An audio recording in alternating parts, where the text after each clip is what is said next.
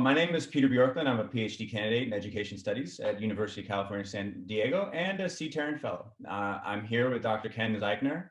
Thank you for taking the time to talk with me today about your perspectives and prediction about teacher education. You've made a wide range of contributions to the field of teacher education for decades. Your research has ranged from teacher socialization, reflective teaching, the disconnect between teacher education programs and the field experience of pre-service teachers, the effectiveness of different avenues into the teaching profession, the intersection of community and teacher education programs, and teacher professionalism, to just list a few. I could go on. And you've done this work in multiple contexts, multiple countries, multiple continents. So I'm really excited to give, to hear your perspectives and to hear your thoughts on these questions. So we can just dive right into this first question, which is, what changes stand out to you since you began working in teacher education and doing research in teacher education? Okay, I'd like to preface what I say for this and the rest of the questions in the interview with just a word or two about my experience as a teacher educator, not as a researcher. I started to give some context to what I'm going to say. My first position as a teacher educator was in the National Teacher Corps. I was teaching in a community public school in Syracuse, New York, and the Teacher Corps came in. Teacher Corps was a federal program, lasted from about 1965 to 1981, to prepare teachers for high poverty urban and rural schools. And it existed in over 100 sites around the country. And so I was hired as what was called a team leader.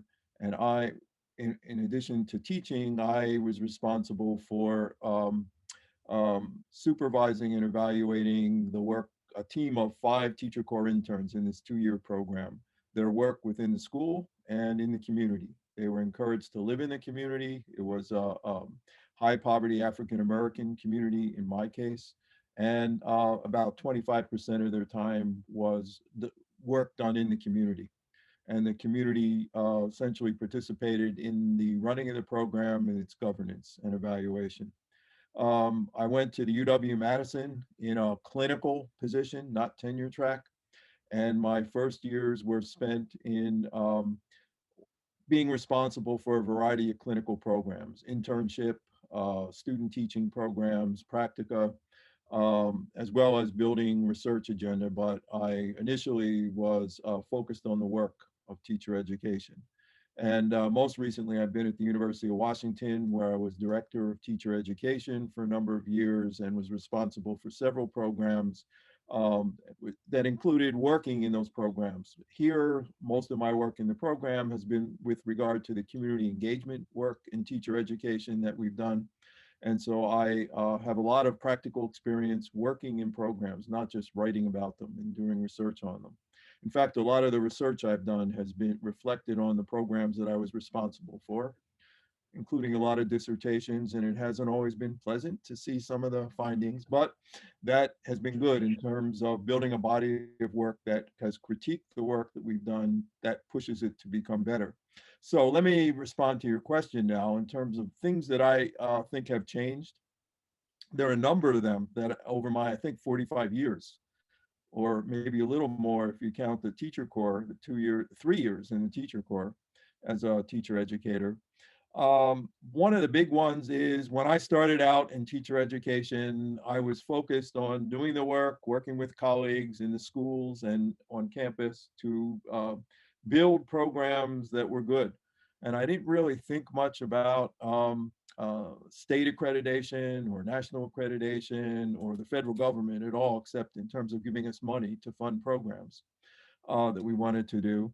And so there's been a tremendous growth in what I would call external regulation and control of programs, both from the states have become more interventionist in terms of what goes on in the program and in terms of the federal government over the last decade or so, even though the education is a responsibility of the states, including higher education, teacher education, the federal government has intruded into the work of teacher education in a lot of ways that it's not all negative, but that presence I was unaware of when I went in and in my early years of practice. And so that has clearly been a growth. I think the sort of best example of that are the latter years of the Obama administration with the teacher education rules that were issued, and programs being told that if they wanted federal money, they had to be evaluated according to the test scores of the students of their graduates. A second area um, that I think has been particularly noticeable to me is the growth of, I would call it initially, multicultural teacher education. AACTE established a commission on multicultural education, and NCAID, I think it was 1975, developed a standard, a single standard in multicultural education that they wanted to be used in programs. And since then, there's been a tremendous growth in attention to multicultural teacher education, social justice teacher education. I think it's clear why that happened. The demographics in the public schools shifted radically, and the demographics in the teaching force did not. The growth in inequalities in the country uh, just spiraled off. And so there's been a tremendous growth in inequality generally and within education in the country, in part reflected by a shift in political climate to prepare people to go in to those communities. And so, and to be successful and stay there. That was the goal. And so multicultural teacher education began at that time, and people like Carl Grant and Jim Banks, both of whom have been my colleagues in recent years, that's when their work, Geneva Gay is another one, that's when that movement began to take off. And there were a lot of people who came from the teacher corps into ed schools, many of them teacher educators of color, who have had a significant influence on the growth of that field, multicultural teacher education. A third area that I think is quite noticeable is the growth in clinical experiences in teacher preparation.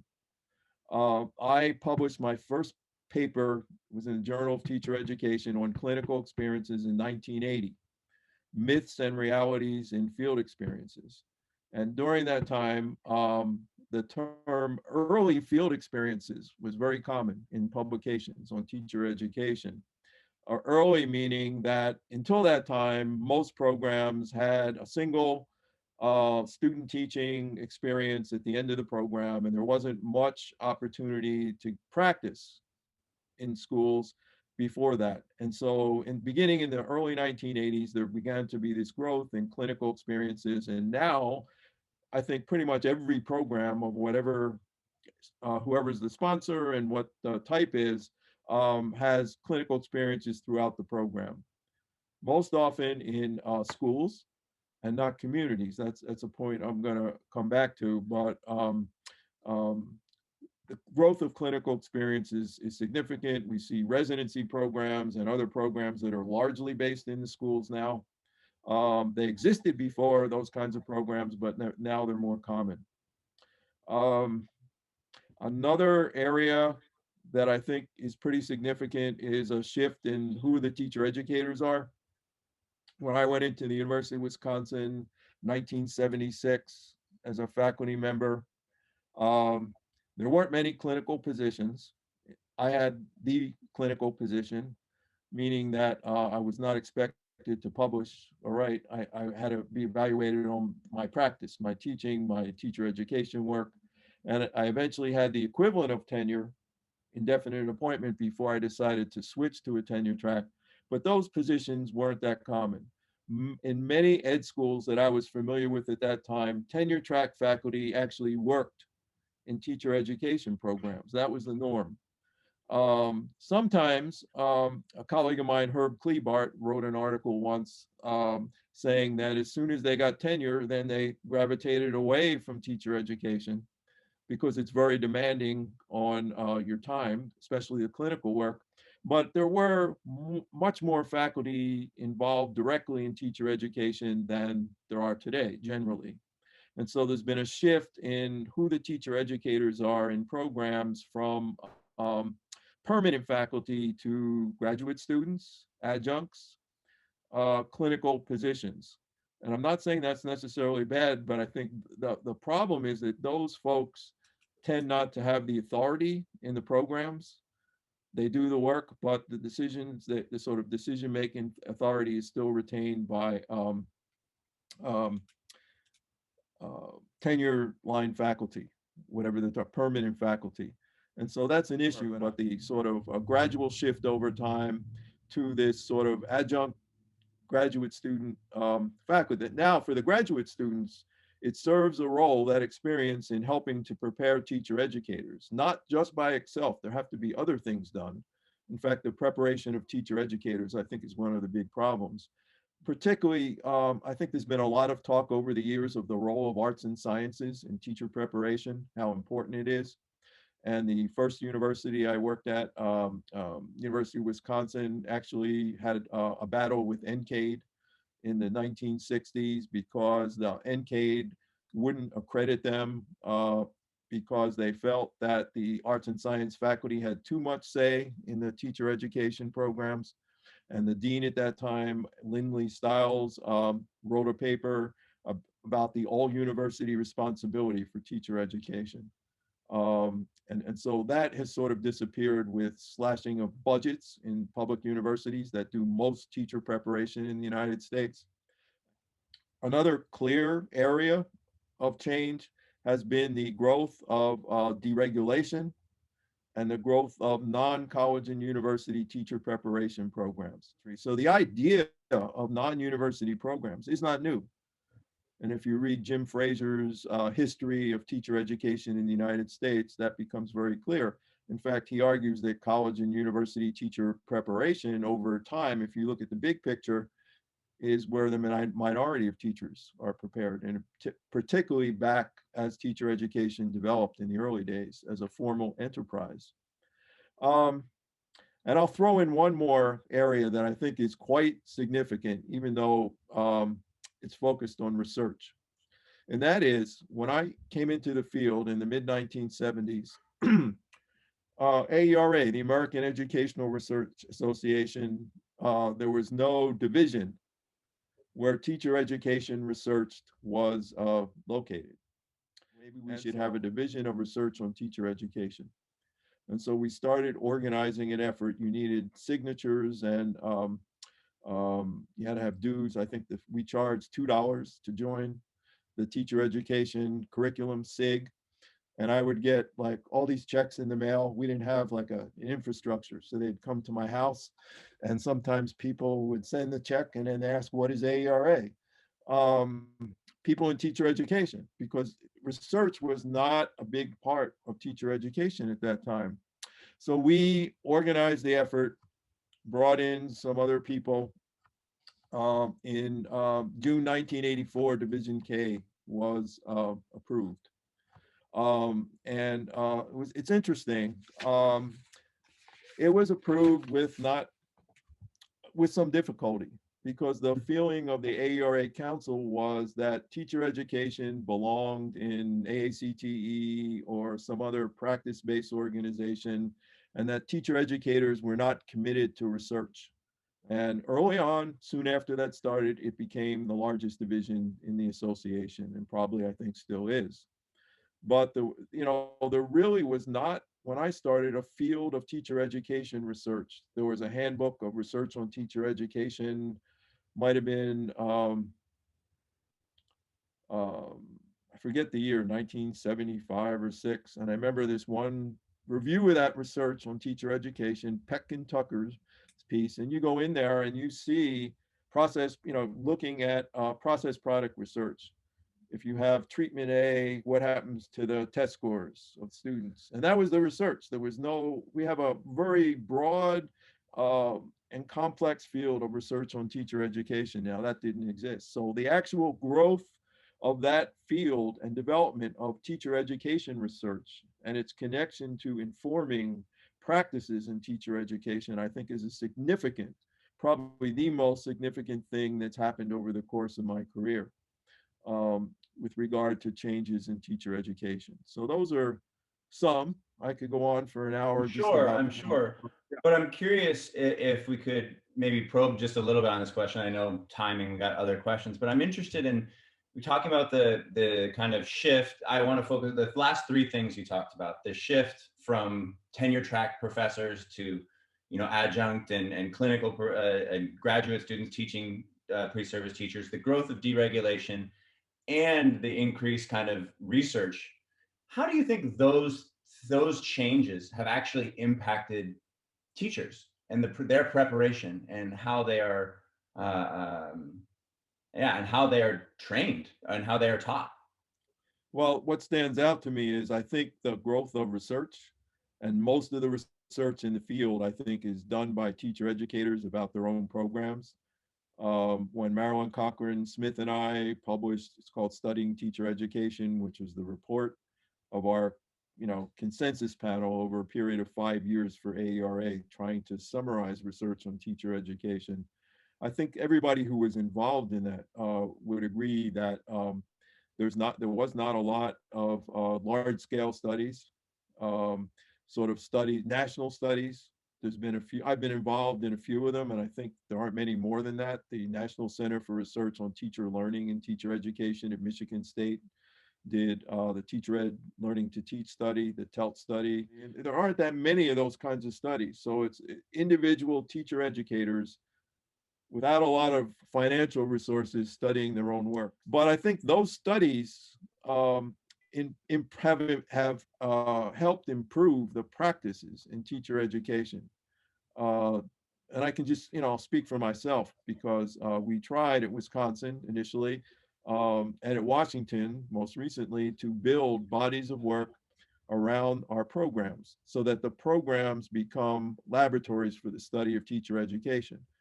When I interviewed here for this position, the Boeing professor, one of the things I emphasized was the purpose of having teacher education at a research university is not to prepare a lot of teachers. In fact, very few of these research universities actually do that. It's to prepare teacher educators and to do research on the field that might benefit the field. But generally, I think the research in the field has helped benefit programs. Most recently, the work that we published on the community engagement in teacher education really challenges us to look at what we're doing. And I just spoke with a group of colleagues yesterday who are starting a new cycle of that work. And we discussed the work that I had been involved in publishing, and they're taking that into account in designing the new work. And it enabled us to gather data from students, from community mentors that informs our practice. And so I think that has been a big benefit to the field, is that a lot of the research is tied to programs in particular places and helps make them better. I really enjoyed the paper you wrote with Guillen on the mentor, when you interviewed the mentors, the community mentors. Oh, yeah. 2018, and just you speaking, that makes me think of that. It was really a fascinating and interesting kind of connection. Yeah, there are not many. There are a few other people who have looked at that work from the perspective of the community. Yeah. Anna Lee, who's at Western Washington, she's also she's published some work that she did in Chicago. It's Native American Indigenous teacher education, and she had a paper in the Journal of Teacher Education from the perspective of the community mentors, because it's usually from the perspective of the university. Right. And so I think it's important that the community's perspectives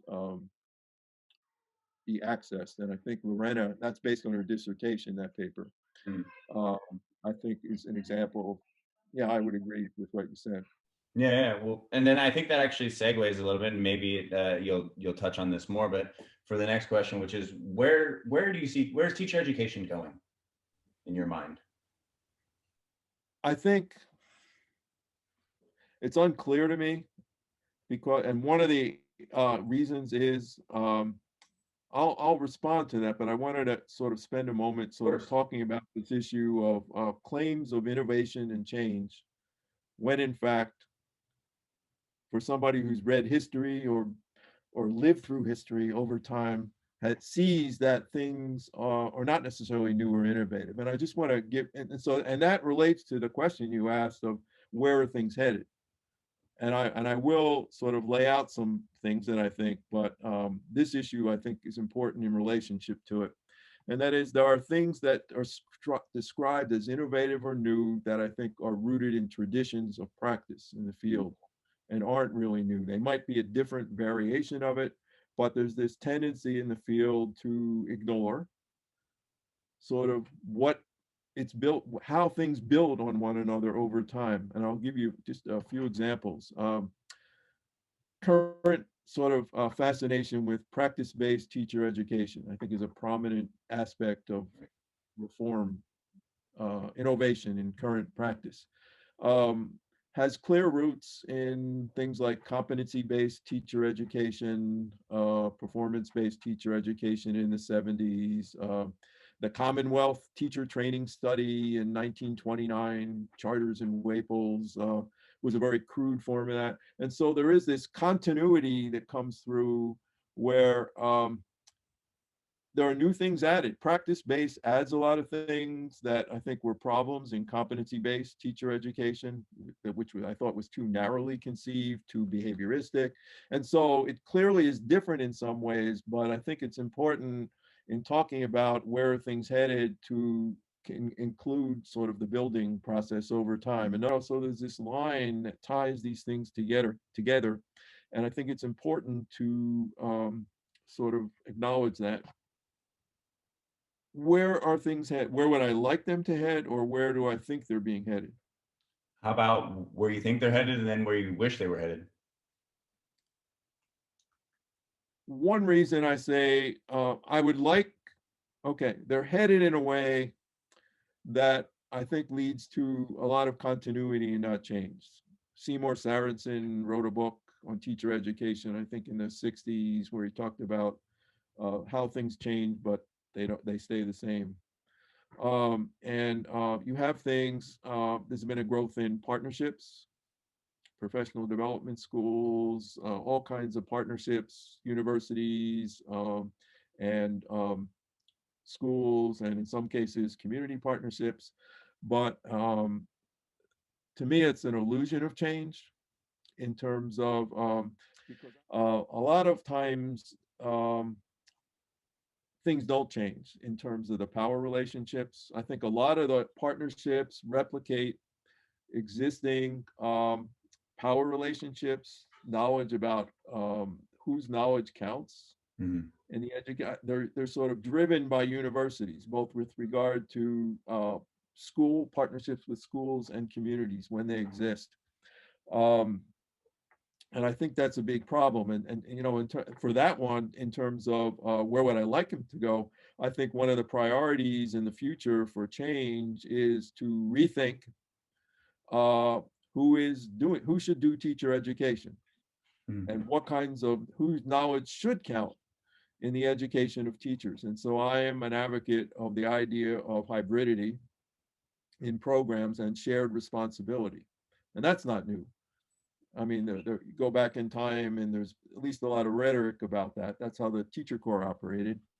And so I believe that partnerships that have, you know, we keep getting more and more partnerships and collaboration, and we need to acknowledge that new teachers, particularly going into public schools as they are today, under-resourced in a context of a society that's very unequal and where a social safety net has been um, reduced in many ways, that we at the universities don't have the expertise that is sufficient for preparing teachers to go into schools and be successful and stay over time.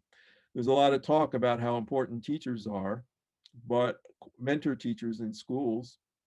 But unlike some other countries, we don't invest in building the conditions in those schools where the work can be done. In the international study that I was involved in with Linda Darling Hammond and others, there were some countries that invested in putting resources into schools that served as sites for the preparation of teachers. Probably the most well-known are the teaching schools in Finland, but Finland was not the only country. And so they create conditions where mentor teachers whose work is highly influential. Actually, that's part of their jobs, as it was in the old laboratory schools that have largely disappeared. And so we need to not only access the expertise of teachers, but we need to create the structures that enable that support that. Same with community members. We're sending teachers into communities where um, they're very unfamiliar with the communities, and the schools are oftentimes fortresses in those communities. And so Mm, the teachers aren't particularly the ones who are going to give them the access about how do you connect to students' families and access the expertise and community cultural wealth in those neighborhoods where the students live. And so we need to figure out ways to access communities and teachers in ways that are more egalitarian, more respectful of the expertise that everybody brings. And I hear a lot of talk about teachers at the table, community people at the table, but being at the table or in the room is not the same thing as I think we ought to have in terms of expertise. And I've heard things in work that I've read and in some of the work that I've done in terms of community people, for instance, feeling as second-class citizens, just as many teachers feel as second-class citizens in these kinds of partnership arrangements. So I think we're moving more and more. I see us moving more and more toward those sort of hybrid programs, residencies, for example. But I don't see the kinds of changes in many of those programs that I think are necessary.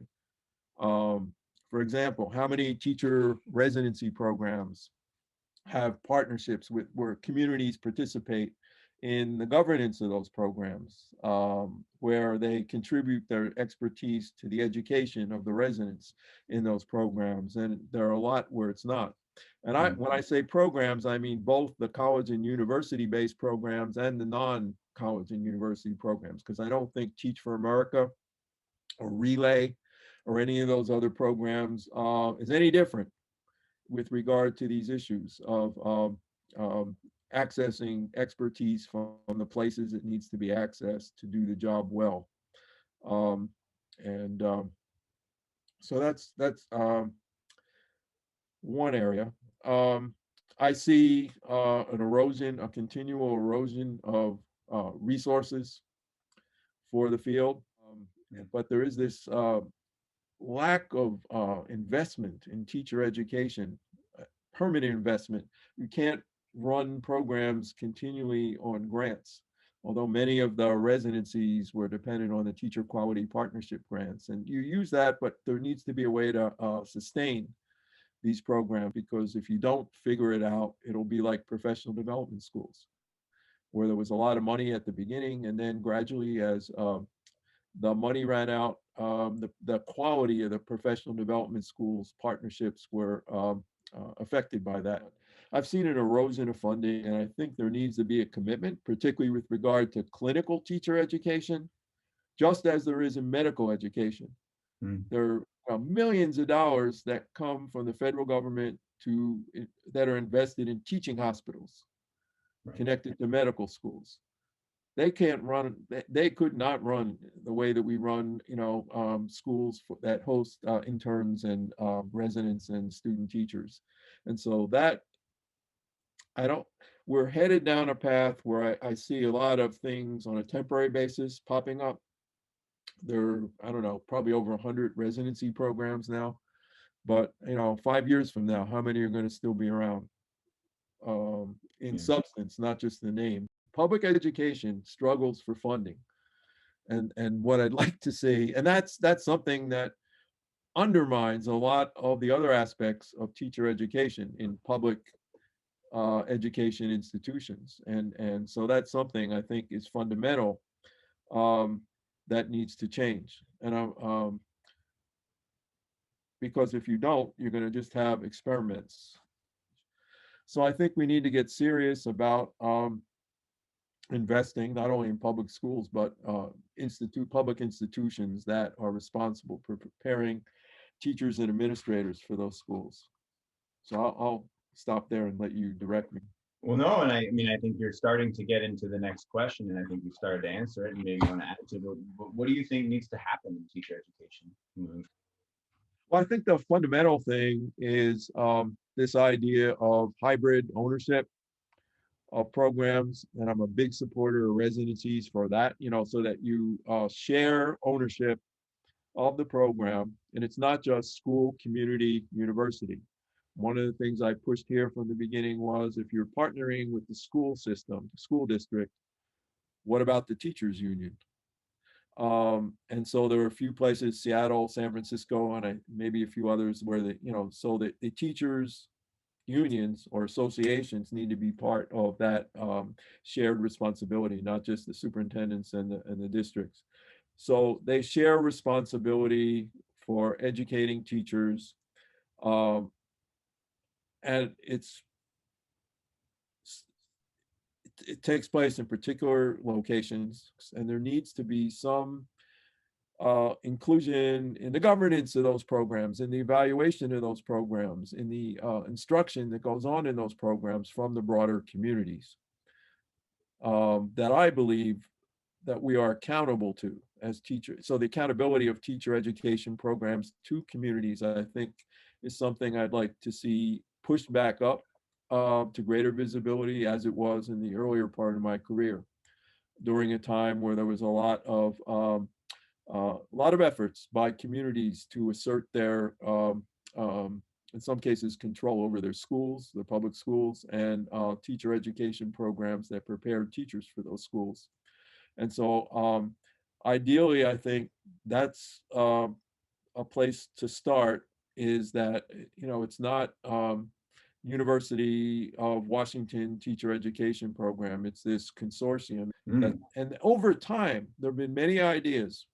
B.O. Smith, I think it was 1980, where he talked about a teaching complex. John Goodlad, centers of pedagogy. There's been a lot of thinking over the years of creating structures to house teacher education. They're going to protect it and help support it, um, to enable it to do the things that we know need to be done. It's not just like, what practices should we use, or should we 6 weeks of student teaching versus 12, or internships or residency. Those questions are important to debate, but the structures that are there need to be changed in ways where the accountability includes accountability to the schools. And I think the accreditations that are done at the state levels and national, you have to gather data from employers of your graduates and the graduates themselves and so on, for teachers and principals. But we need to include community accountability as well, in terms of the people who send their kids to the schools where the teachers we prepare work. And there are various ways to go about that, and it's complicated because there is no community. There are multiple communities that I think exist in that any was given. what I was thinking, is just kind of, where does a program start that wants to even begin to build that community partnership? How does a teacher education program begin to do that? I think they do it in different ways. Ball State, which I think is a wonderful example of a program that has partnered with communities in really genuine ways. They decided to partner with a particular neighborhood in Muncie, and they're now expanding that into other neighborhoods. So that's one way. My work here, what I decided, I met with, and I work with a community group that were activists, not a service community-based organization, but activists who were advocating for parents, mostly parents of color, for their kids in the schools. And so, but I relied, the community in that case was essentially this group of community organizers that approached me initially and wanted to partner with us because they wanted to begin to help influence teachers before they came out, because of the problems they were seeing in the Seattle area schools. And so that those are two different, so there are different ways. There was another example, Barbara Seidel, who's now in Colorado, but when she was at Ohio State, partnered with a woman who I think was a pastor in an African American church in Columbus for some of the work they did. And so some of it partners with particular organizations. I remember I visited Chicago a few years ago, the Chicago Teacher Pipeline, which is another example.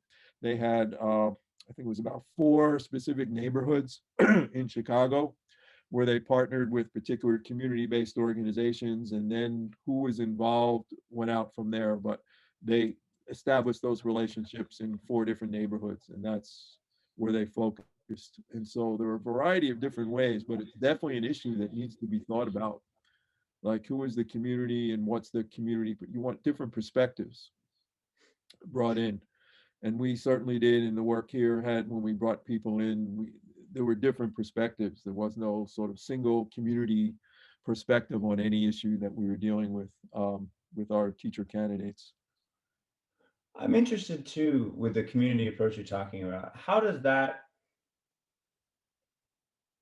change? I think, as you know, Lordy and others have documented the apprenticeship of observation. The teachers come into the programs having an idea of what it means to teach and whatnot. And how do teachers work in this program? How do they react to this community-based program? Are there, I mean, because I think about in the mentors paper, for example, you had some of the community mentors just being distressed at the inability of some teachers to have the conversations needed. Yeah, So I'm just curious, how do teachers entering these programs that are ostensibly different from maybe their visions of teaching and what that would be like, how are they impacted, and how do they exist in these spaces? it's a difficult issue, particularly when you're talking about a university setting in terms of, and part of it is, that university faculty, teacher educators need to be able to relinquish some of their intellectual control over what's going on. They're not, I didn't see it, and my partners didn't see it as coming in as guest speakers in a class. They wanted to be involved in planning the class, Mhm. conceptualizing it. They wanted to look at the evaluations and learn from it and make revisions. And so that's university faculty are used to seeing themselves as the experts. And we do know a lot of things, but we don't know everything. And so both with regard to teachers and community members, I think there's been a big problem. And it's not, I don't think the intent, a lot of times I think people don't realize the impact that they're having on people who come in from the outside. But it's a form of maintaining control in a more subtle way. And Mhm. people who experience that, they're aware of it. And in some cases, they get pretty angry at it.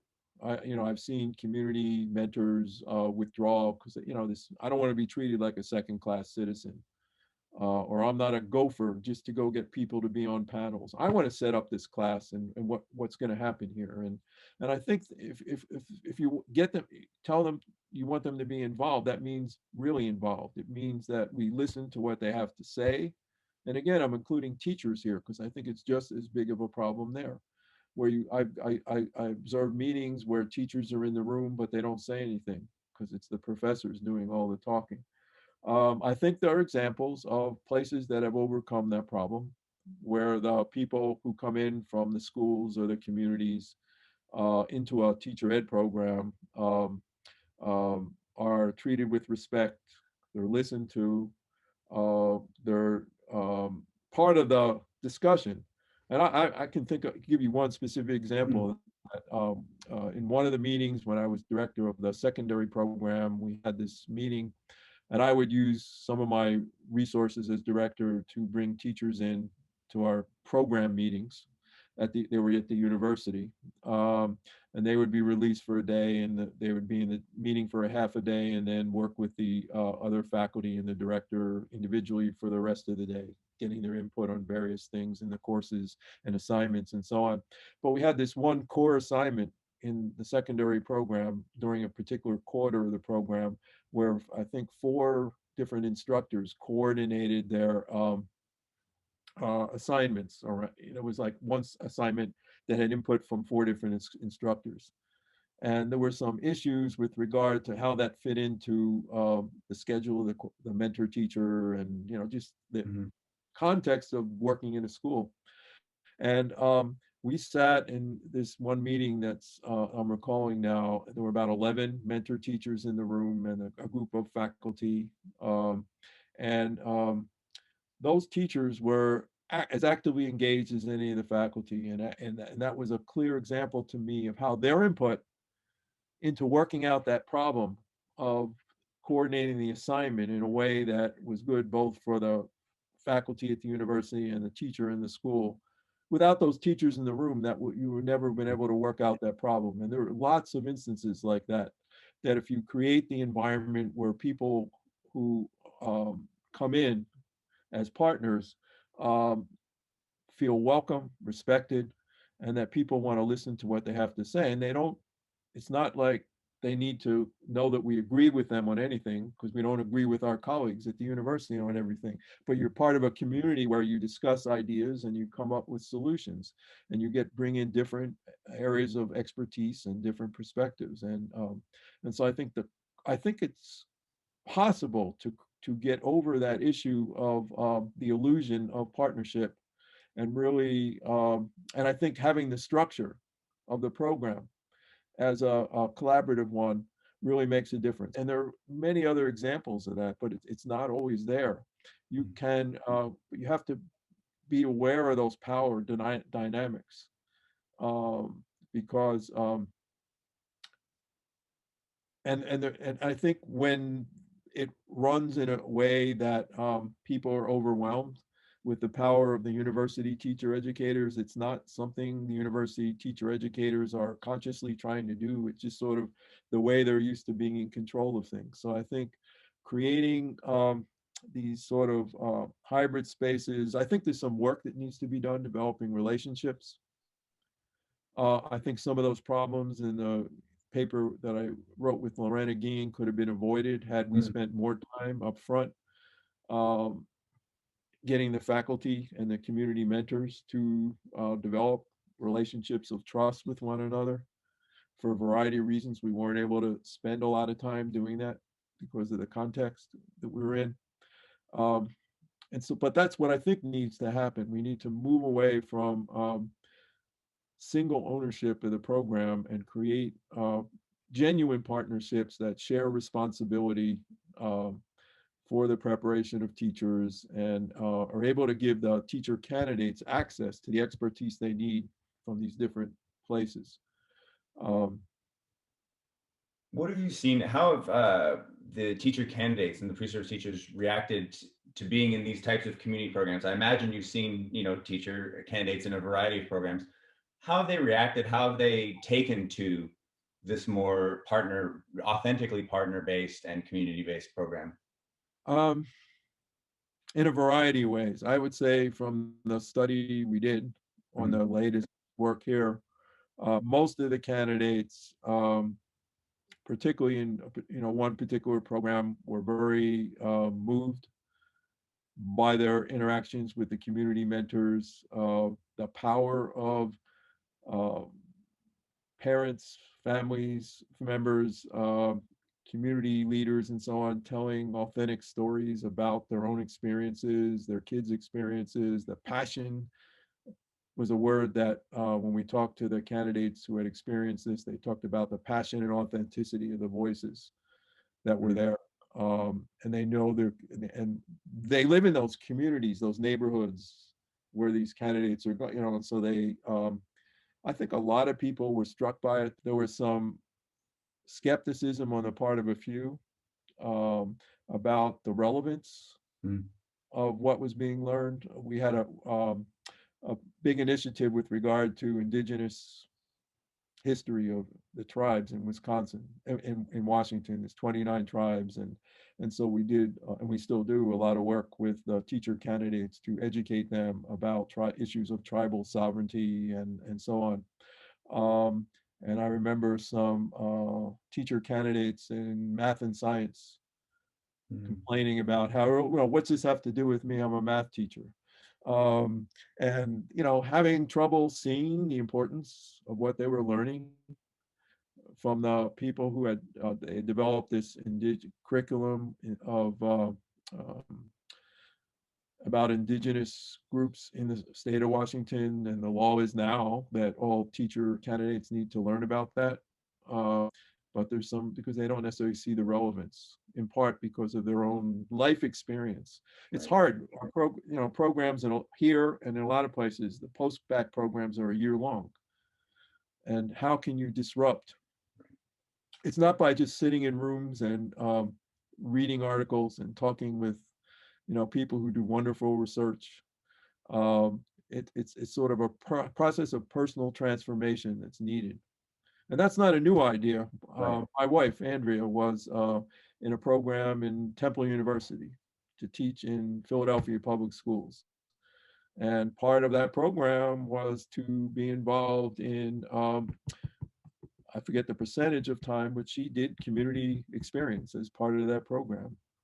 And they had, back at that time, there were things, sensitivity groups, sensitivity training groups were common, where you had to go in and really start unpacking Right. some of the things that you have been unconsciously socialized into and trying to disrupt that and change it. And there have been various sort of strategies over the years for how to do that. And it's hard in a year to really make a lasting impact or to disrupt racism.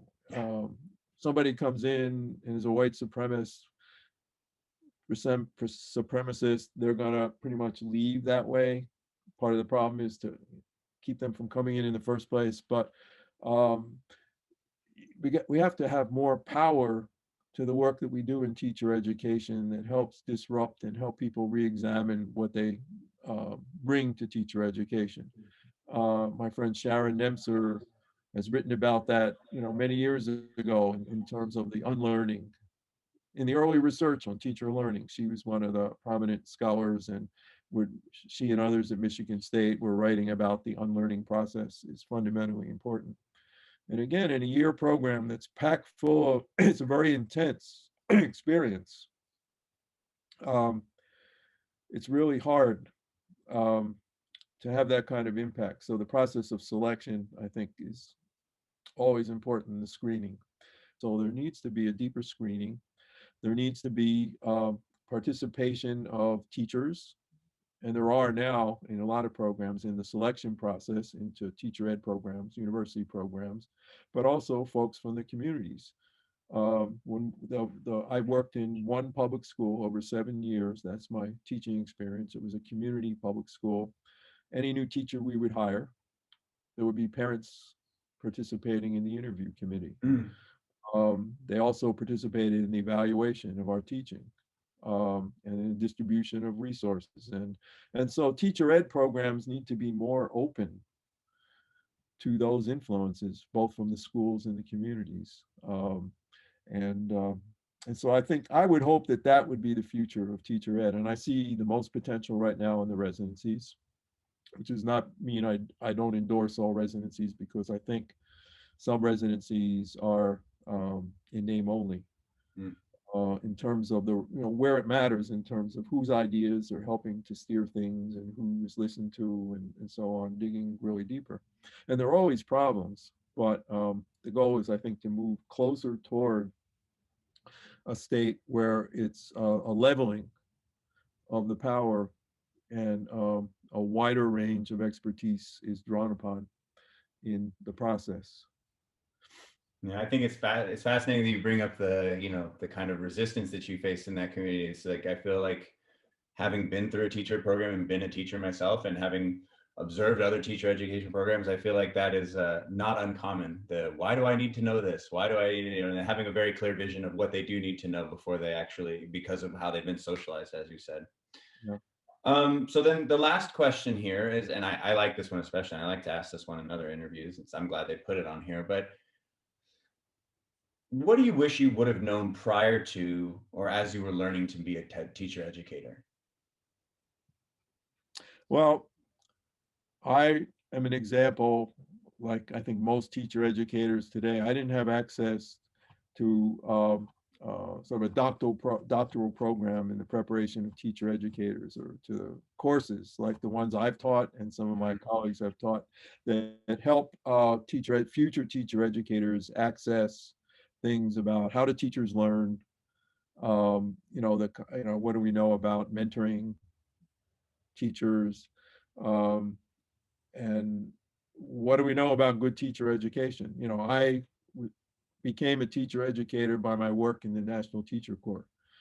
And so I was a school person who worked with a program so I had a boss at the university and one in the schools. I worked still for the Syracuse district. Um, and so I think I didn't know, one of the things I didn't know was I assumed everybody really prioritized the work of teacher education, that it was important. And then even as a clinical faculty member in the beginning, there was this surprise that, this is not important to many people. There were a few people who I worked very closely with, Carl Grant, Bob Tobochnik, and others. But for a lot of the folks, even in a curriculum and instruction department, this was not a priority. And there were a lot of politics around teacher education in terms of resources. So I was unaware of sort of the political context in which teacher education operated. I might have been too idealistic about the importance, and so I think what would have helped me would have been preparation as a teacher educator, other than from my own experience, which was very specific to the context. Our school, the 5 interns that I was responsible for over 2 years, and so on. But it didn't give me access to the kind of broader look at teacher education as an area of study that I think is fundamentally important. And I don't really know how many, but I know both at Wisconsin and at Washington, one of my activities has been working with colleagues to build a doctoral program in the study of teacher education, both within the US context and internationally. And that included, particularly at Wisconsin, I taught courses, both university-based and based in the school, co-taught with a district person, courses for mentor teachers, cooperating teachers, to help support their work. And so though, and states vary according to the degree to which they provide support and training for mentor teachers. Wisconsin, it was required, but it was a pretty loose requirement. I think in most states, there's not even a requirement for supporting them. But even the support is not enough without the structures that need to be created. They're doing the work of mentoring in addition to being full-time teachers. And doctors do not do the work of educating residents and interns on top of being full-time doctors. Being an educator of future doctors is part of what's there. And the reason they're able to do that is because the federal government has recognized the importance of medical education. And so they need to recognize the importance of preparing a public education and for the education of the people who work in public education with students. I thought it'd be worthwhile to ask you, because of your international experience, and the work that you've done abroad. I mean, are there one or two key things that you really feel like the U.S. Teacher education programs in the US can learn from other countries or take from other countries that would? Again, it's hard because in some of the countries, they've created the structures that have Yeah, created the things I think we need to do. right. Um, um, Such as Alberta, Canada. I did a 2-year case study of teaching and teacher education policies and practices. That's part of this larger study that was written up in a book, Empowering Educators. And so they maintained um, very high standards for how teachers could be prepared. In fact, before I went up there, I had heard from somebody that there was a Teach for Canada program being planned in Canada, and that Alberta was one of the targets for it. And so I mentioned it to the dean at University of Alberta, where I was going, and suddenly all the deans got together and they were in a panic about the thought of Teach for Canada coming here. We're not going to tolerate that. We want to make sure teachers are prepared before they go in to be teachers of record. And so, as it ended up, and I don't know the particulars of what went on inside the room, but Teach for Canada, you can only get in it after you've completed a university program. So I think right now, I think we have sort of a hodgepodge of teacher ed programs, including ABCTE, which has been around for a while in some places, in some subject areas, some states. You can just go online and get certified without any student teaching. In fact, in a lot of the fast track programs, you're student teaching on the job as teacher of record. So there's no real sort of preparation before you turn people loose. Relay was like that in the beginning, but then now they're moving toward more of a residency model where they spend a year under the supervision of a mentor teacher.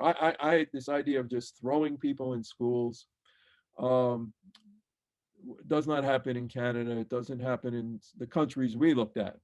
But the systems that do well um, have some sort of uniform bar that needs to be met in terms of teacher preparation. And we have a system now that just has uneven standards for accrediting and evaluating programs. And we need to deal with that. In fact, in some states, you have very high standards because the uh, push on universities to become more rigorous in their preparation has increased.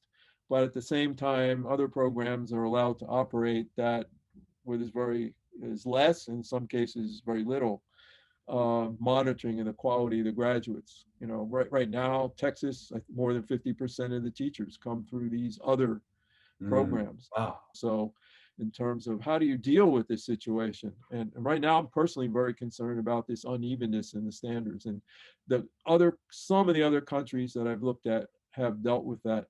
And the idea of doing some of the things we do in teacher education to the people in Canada that I've interacted with over the years is just they can't, believe that we, allow those things to happen in terms of just throwing people into classrooms where, um, really good teachers are the most needed. I think there's some good non-university programs, quote unquote alternative tracks, um, but we need to think about. So that's one area, is in terms of the sort of monitoring of quality and the support for the schools. I mentioned the work that exists in some countries for creating the conditions in the clinical sites for the work to be done well, and recognized and rewarded for doing it well. Um,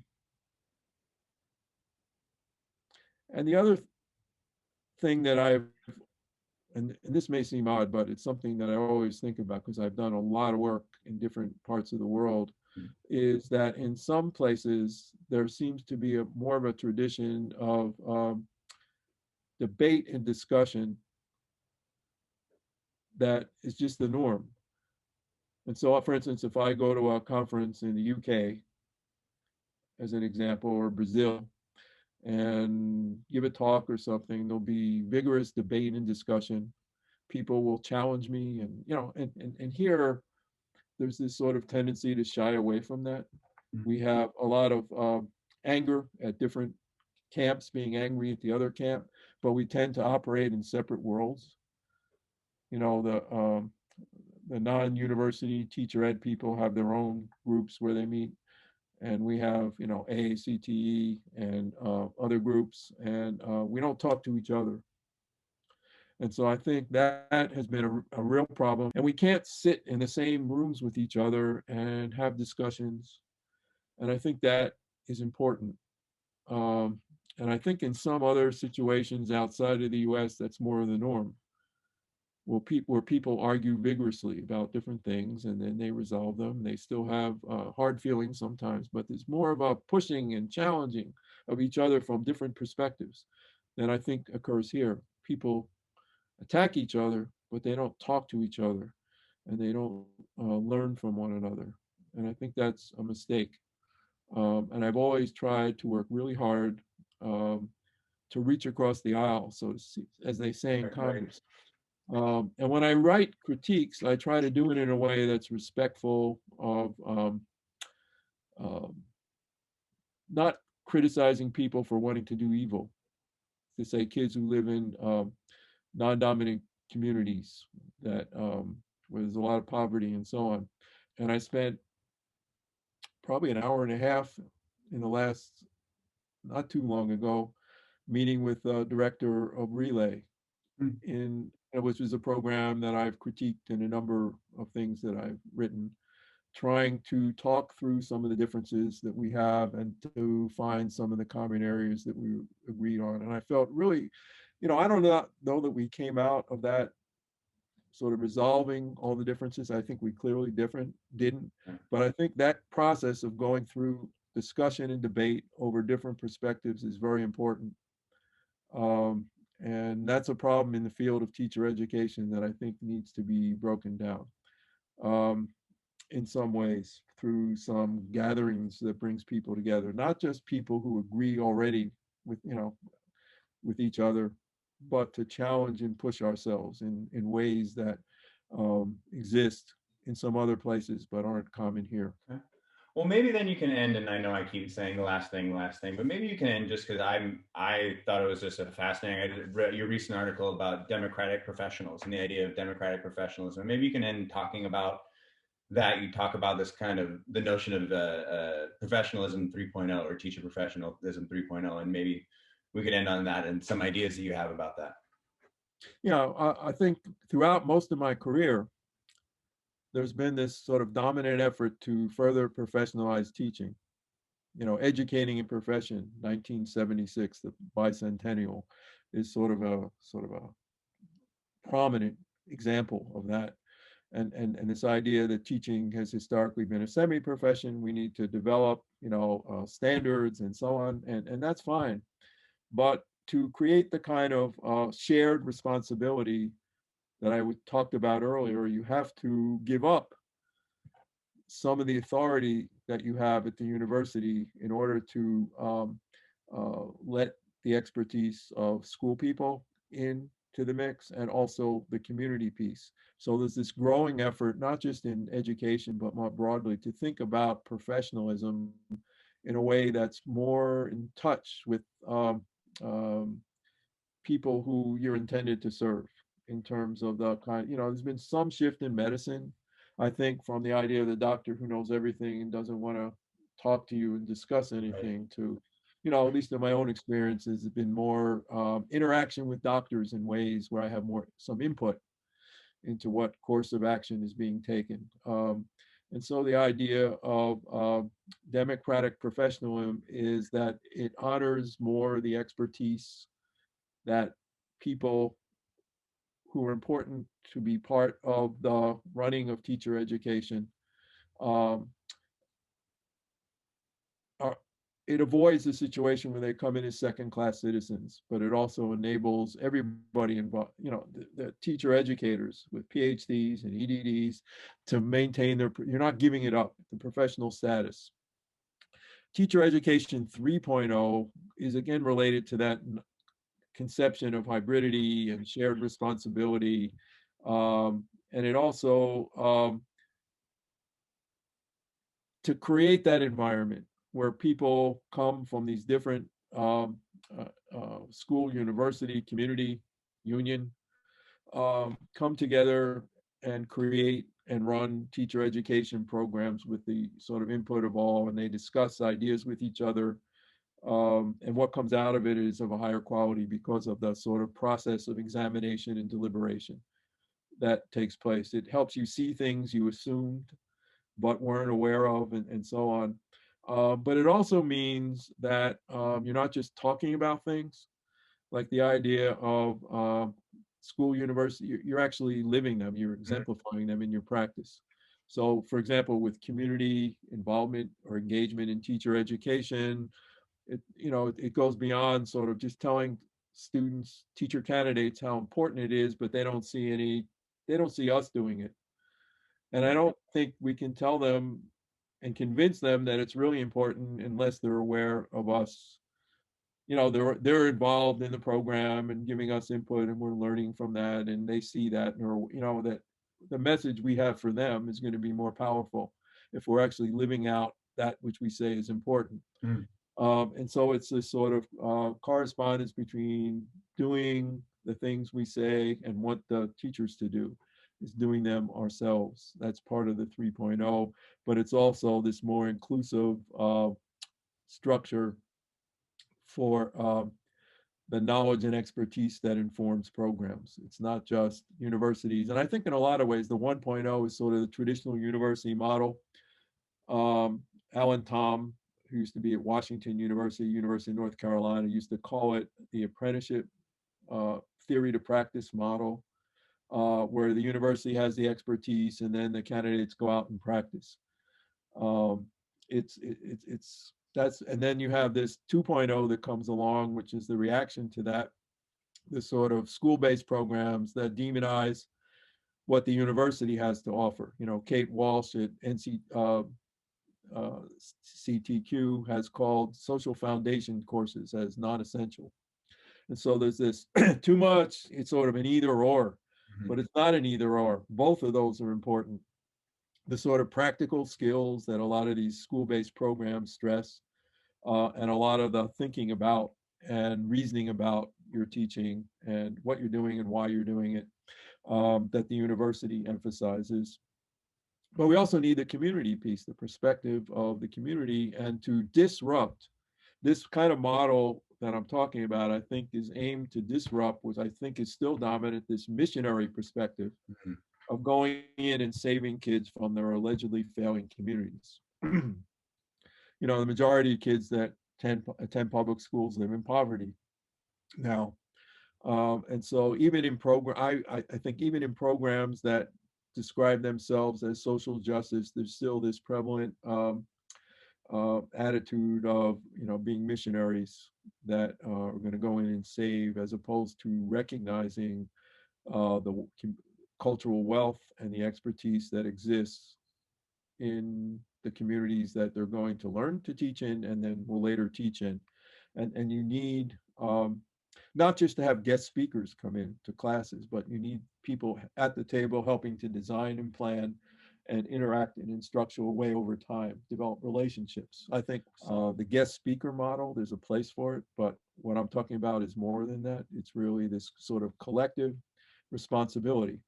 And I think there's precedent. I'm not making this up. This has been around like everything else. It's been around for a long time. 1976, educating a profession, this idea of school, university, community getting together. So I'm not, I'm sort of reaching back to a line of work that's been largely invisible, that has been present in a few programs over time, but I would like it to become more of a dominant model. And that people who are interested in it really should see, not just the sort of current things that people are writing about it, but really to see how it's grown over time and how people build upon the work of others over time. To really understand the field of teacher education and research in the field, you need this historical perspective on the field. And that as researchers, when we publish work in teacher education research, we need to acknowledge that, how we're building on the work of others and adding things and, hopefully trying to improve things, but we're not just, coming up with these great ideas on our own. Right. Thank you, Dr. Zeichner. This has been a pleasure. Thank you for your time and your contributions to the field of teacher education. And this has really been a treat. Thank you for chatting with me. All right. Thank you for asking me.